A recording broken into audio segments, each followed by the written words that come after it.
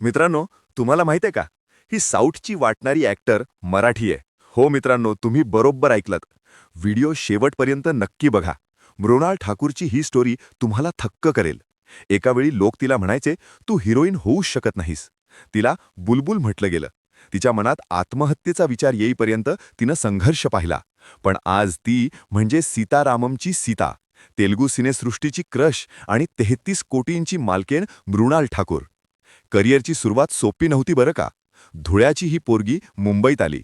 College सुरू केलं, पण ॲक्टिंगसाठी तिनं कॉलेजच सोडलं. खूप मोठी रिस्क.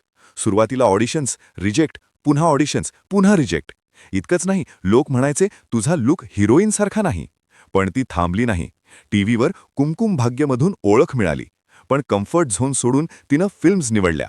आणि फक्त टीव्ही फेस म्हणून रिजेक्शनचा डोंगर पाहिला. इतका संघर्ष की एकदा तर मनात आत्महत्येचे विचार आले. पण मराठमोळी जिद्द हार कशी मांडणार? तिनं सरळ टीव्हीला रामराम ठोकला आणि झेप घेतली चक्क इंटरनॅशनल सिनेमा लव्ह सोनियामध्ये. तिथून थेट ऋतिक रोशनसोबत सुपर 30मध्ये तिची एंट्री झाली. लोक म्हणू लागले, अरे, ही तर तीच मुलगी जिनं बॉलिवूडलाही हलवून सोडलंय. पण खरा धमाका झाला दाक्षिणात्य सिनेमात. सीतारामममधील सीता महालक्ष्मी पाहून तर मुलांच्या काळजाचा ठोकाच चुकला.